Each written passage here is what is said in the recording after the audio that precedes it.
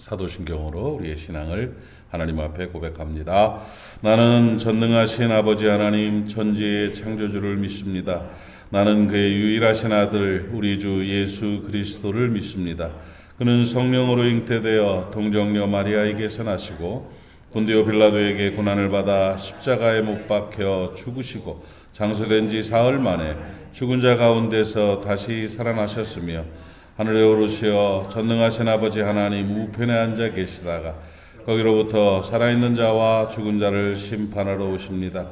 나는 성령을 믿으며 거룩한 공교회와 성도의 교제와 죄를 용서받는 것과 몸의 부활과 영생을 믿습니다. 아멘.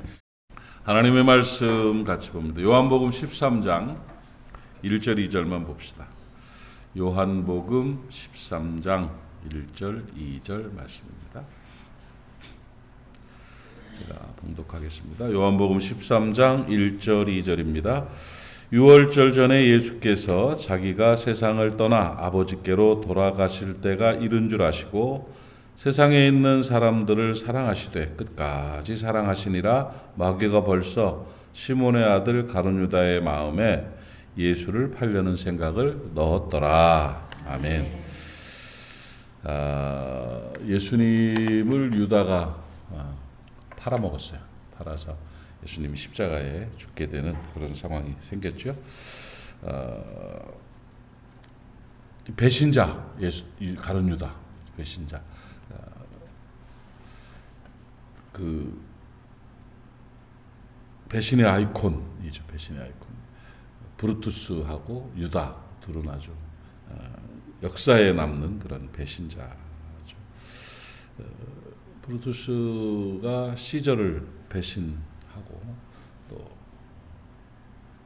가룟 유다는 자기 스승, 선생님, 메시아 예수를 배신해서 팔아먹었죠. 브루투스의 배신에는 브루투스 너마저 하는 그런 유명한 대사가 남아있고 유다의 배신에는 유다의 키스라는 그런 이미지가 남아있죠. 배신을 위한 겟세마네에서의 키스. 아유, 정말 참 뻔뻔한 사람인 것 같아요. 그죠? 뒤에서 몰래 저 양반이야 하고 이렇게 예수님을 지적할 수도 있는데 가서 입 맞추면서 예수를 팔아놓고 그렇게 하는 그런 모습이 있습니다. 그래서 가룟 유다는 예수님께서도 차라리 나지 않는 것이 날 뻔한 사람이다 할 정도로 실패 인생의 대명사입니다. 가룟 유다처럼 살면 안 돼요. 안 되고 정말 나쁘게 했죠. 그러니까 가룟 유다가 왜 예수를 배신했느냐, 학자들이 얘기들을 많이 하고 몇 가지로 정리해서 말을 합니다. 첫 번째가 돈 때문이었을 것이다. 은 30에 그걸 팔아먹었다. 돈에 대한 욕심이 많았던 사람이다. 그 증거를 대기를 요한복음에 나타난 마리아가 옥합을 깨뜨린 그 사건을 바라보면서 300데나리온 팔아서 가난한 사람들한테 줘야지 그걸 왜 허비하느냐 하면서 막 흥분했던 그 유다가 사실은 그 돈을 받아서 자기가 훔쳐가기 위해서 그런 것이다 하면서 막 얘기를 하는데, 또 이제 반대하는 사람들은 돈 때문만은 아닐 것이다. 왜냐하면 그 예수를 돈 때문에 팔 거면 그 한 사람 노예값, 이 헐값인 은 30에 팔았겠냐. 3만 양을 받았다든지 이러면 몰라도 은 30에 그걸 팔아 넘기면 돈 때문만은 아니었을 것이다. 그리고 또 나중에 그 자기의 뭔가 목적이 이루어지지 않자 그 돈을 도로 가져가서 성전에 던지면서 돌려달라고 막 이건 아니라고 하면서 던지고 목매달아 죽은 걸 볼 때 꼭 돈 때문은 아니었을 것이다 하는 그런 주장들도 있어요. 있고 또 자기가 어떤 사람들은 그 유다 복음서라는 그 위경을 보면 거기에 나오는 이야기래요. 예수님의 구원 사역을 돕는 그런 구원 계획을 위한 거룩한 배신이었다. 그 사람이 배신 안 했으면 예수님이 십자가에 죽지 못했을 거 아니냐. 이렇게 이걸 이제 궤변이라고 합니다. 말도 안 되는 꼭 그런 것 같은데 정리가 안 돼 말도 안 되는 이야기들을 궤변을 늘어놓는 그런 신학자들은 있는데 아닙니다. 기독교 정통 교리와 맞지도 않을 뿐더러 억지 논리죠. 억지 논리. 그러면 그렇게 따지면 세상에 악한 게 뭐가 있겠어요. 그것 때문에 다시 회복되고 좋아지면은 전부 다 귀한 일한 거고 상주해야 될 일이게 죄라는 게 없어지죠. 그건 아니에요. 그렇진 않은데 어쨌든 그렇게 주장하는 사람들도 있고 또 무엇보다 이제 설득력이 있는 것은 정치적인 그 배신이었다. 자기가 그 이스라엘의 독립을 위해서 일을 했는데 그거를 추구하는 과정에서 정치적인 배신을 했을 것이다. 정치가 이렇게 무서운 거예요. 그러니까 정치에 빠지면은요 보이는 게 없어집니다. 조심해야 돼요. 정치에 빠지면 가족하고도 딱 등져요. 희한할 정도로. 정치가 뭐라고? 그야말로 한번 얼굴도 못 본 사람들을 지지하면서 그거 뭐 그 사람에 대해서 뭐 압니까?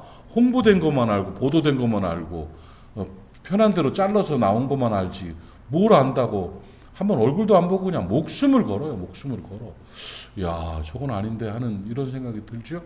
뭐 유다도 마찬가지였을 것이라는 거죠. 자기 정치적 소신 때문에 그건 애국이었지 사실은. 그것 때문에 그거랑 맞지 않으니까 예수를 팔아버린 거죠. 팔면 십자가라 고통을 당하면 팍 메시아로서의 그런 능력을 발휘할 것이다. 뭐 이런 기대를 가지고 했을 것이다 하는 뭐 얘기를 했는데 다 이해도 가고 뭐 설득력도 있고 그럴 수도 있겠다 수긍도 되지만 정말 중요한 일은 뭐냐면 중요한 이유는 뭐냐 따로 있습니다. 그가 예수님을 배신한 이유는 오늘 13장 2절 말씀에 요한복음 마귀가 벌써 시몬의 아들 가룟 유다의 마음에 예수를 팔려는 생각을 넣었더라 이거예요. 마귀가 그 속에 들어갔다 이거예요. 마귀가 그 속에 들어갔고 또 27절에도 그 조각을 받은 후에 빵 조각을 받은 후에 사탄이 그 속에 들어갔다 뭐 이런 얘기가 계속되고 있습니다. 결국 사람은요 영의 지배를 받는 존재예요. 내 안이 나가 뭐가 지배하느냐에 따라 달라지는 겁니다. 겉은 번지르한데 사탄이 그 마음속에 나쁜 생각들을 집어넣고 고집을 집어넣고 교만을 집어넣고 음란을 집어넣고 뭔가를 집어넣으면 이 당하게 되는 거거든요. 예수 팔 마음을 그 생각을 집어넣었더라. 그리고 사탄이 들어가서 역사를 시작한 거예요. 유다는 예수를 파는 자가 된 거예요. 그래 그렇게 된 거죠. 그러니까 저는 그렇게 봅니다. 그래서 예수님께서 정말 중요한 순간에 겟세마네 동산에서 기도하시면서 현대인들에게 주시는 최고의 그런 역사의 응답을 말씀을 주셨어요. 그게 뭐냐? 시험에 들지 않게 깨어있어 기도하라 해요. 정말이에요. 그 기도의 분량이라는 게 굉장히 중요합니다. 무슨 일이 있을 때 그 일의 성취라든지 하나님의 뜻을 이루는 일에 있어서 내가 기도를 어떻게 했느냐에 따라 달라지는 거예요. 저는요, 제가 목회 사역을 해오면서 뭐 아내도 아내지만 제가 제 이제 경험으로 봐서는 기도의 분량을 쌓았던 일이 뭐냐? 엄마의 기도가 우리 어머니의 기도가 나를 세워가는 길이었어요. 정말 개척하면서부터 사역을 쭉 진행하면서부터 29에 개척했으니 그 사람이 뭘 알겠습니까? 요즘 29 애들 보면 어떤 생각이 들어요? 근데 개척을 29에 개척을 해놓은 그 아들을 바라보면서 우리 어머니가 어떤 마음이셨겠어요?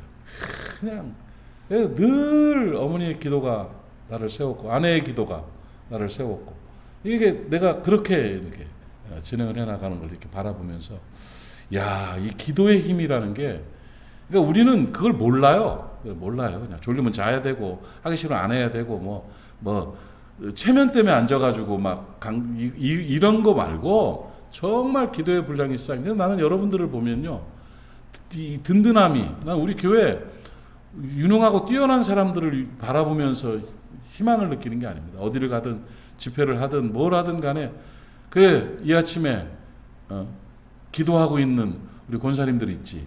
이 생각 뒤에서 기도하고 있지. 이 생각을 내가 늘 하면서 든든하게 힘을 얻죠. 여러분 기도가 가장 강력한 힘이라는 사실을 깨닫기를 바랍니다. 왜 안 됐어? 기도가 덜 됐어요. 기도의 분량이 미달됐어. 그러니까 안 된 거야. 이게 답이에요. 이거예요, 이거. 그러니까 그렇게 기도, 시험에 들지 않게 깨어있어 기도하라 하신 예수님이 그 마지막 순간에 우리에게 가르쳐주신 메시지예요. 시험에 들지 않게 깨어있어 기도하라. 일 터지면 하나님 앞에 나아가야 돼요. 무슨 일이 생기면 기도해야 돼요. 그냥 하나님 도와주십시오. 기도의 분량이라는 것은요, 간척 사업이라고 저는 생각을 해요. 간척 사업이 뭐냐면, 이 바다를 메꿔가지고 땅으로 만들 때 계속 막 덤프트럭 수백 대 갖다가 막 계속 포크레인으로 퍼가지고 갖다 흙 붓잖아요. 흙 부으면 흙 색깔 있다가 싹 똑같아져. 부으면 똑같아. 계속 부어도 그냥 계속 같은 것 같은데 어느 순간이 돼서 쌓이면 그게 흙이 땅 위로 딱 물 위로 딱 올라오는 거예요. 땅이 되기 시작하는 거예요. 우리가 기도를 계속 하나님 앞에 드리고 교제하고 나아가고 간구하고 하면서 그 기도의 분량이 쌓이면 역사가 나타난다니까. 그게 이제 땅이 되면서 단단하게 다져지면서 집도 짓고 농사도 짓는 그런 간척이 되는 기도의 간척 사업이야. 기도의 간척 사업. 그 일에 여러분들이 주인공이심을 감사합니다. 그렇게 기도의 분량을 쌓고 기도함으로 말미암아 역사가 나타나고 시험에 들지 않는 거예요. 기도하는 사람은 시험에 들지 않습니다. 흔들리지 않습니다. 폭 빠지지 않습니다. 이게 은혜가 되는 거죠. 예수께서는 그렇게 시험에 들지 않게 깨어있어 기도하라 했습니다.